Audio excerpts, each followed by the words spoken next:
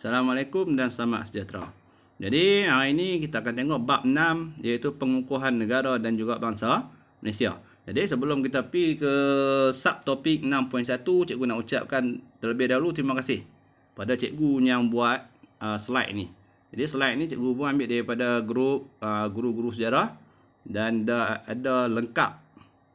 Dan harapan cikgu supaya cikgu yang buat ni dimurahkan rezeki, dipanjangkan umur dan dipermudahkan segala urusan beliau.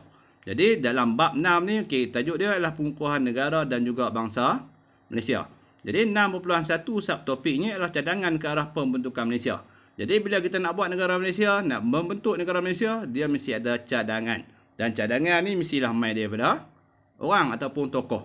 Jadi objektif pelajaran pada hari ini adalah bila habis tajuk 6.1 ni, kamu boleh menjelaskan cadangan gagasan Malaysia oleh tokoh-tokoh tertentu.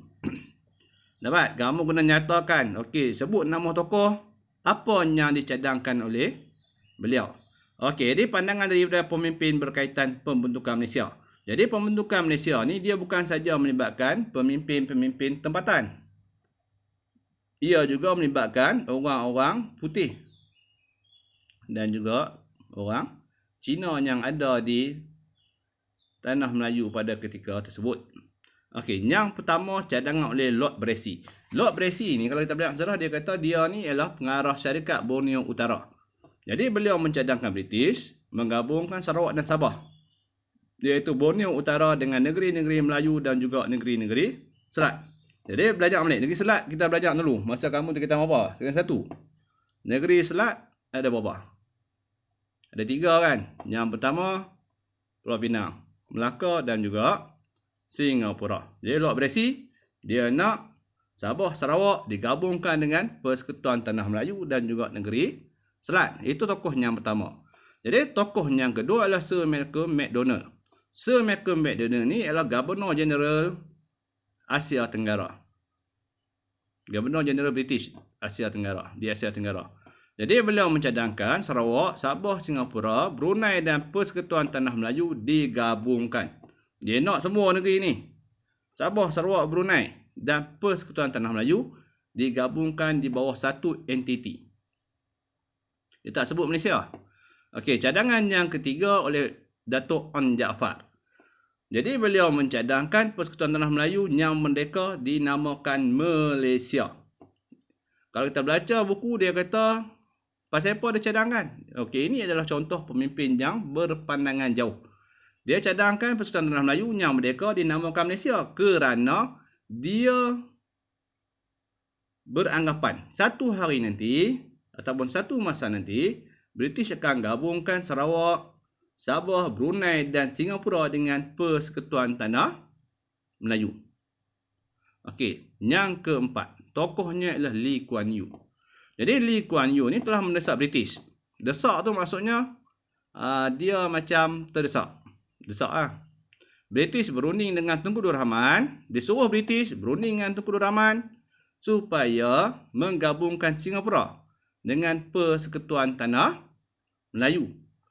Walau bagaimanapun, cadangan Lee Kuan Yew ni tidak disetujui oleh Tunku Abdul Rahman kerana Tunku Abdul Rahman beranggapan kalau Singapura masuk dalam gagasan Malaysia, dalam penubuhan negara Malaysia, ia akan menyebabkan ketidakseimbangan penduduk. Sebab di Singapura pada ketika itu, kebanyakannya adalah orang-orang bukan orang Melayu. Dan tokoh yang kelima ialah Tunku Abdul Rahman. Jadi Tunku Abdul Rahman semasa makan tengah hari bersama Persatuan Wartawan Luar Negeri di Singapura. Jadi masa makan tu dia berucap dia telah mengumumkan cadangan pembentukan Malaysia pada 27 Mei 1961. Jadi bila depan wartawan tu dia cakap, okey, kita nak tubuhkan Malaysia. Dapat?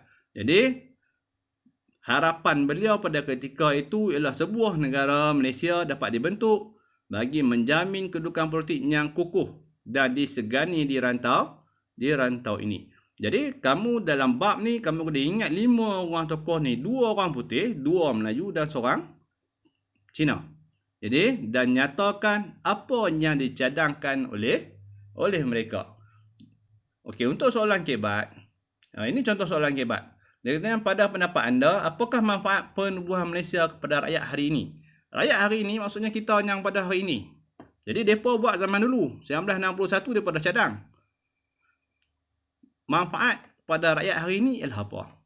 Jadi, nak mudah, kita bagikan kepada 3. Yang pertama, manfaat daripada segi politik. Manfaat daripada ekonomi. Manfaat daripada ekonomi, daripada segi sosial. Jadi, kamu sebut 3 tu, dah dapat 3 markah tu dah dalam tangan. Daripada segi politik, penubuhan Malaysia ni dia telah mewujudkan kestabilan politik. Jadi bila berlakunya kestabilan politik menyebabkan apa? Rakyat dapat hidup dalam keadaan aman, hidup dalam keadaan harmoni dan seterusnya dapat menarik pelabur-pelabur asing untuk melabur dalam negara kita. Kesannya ialah apa?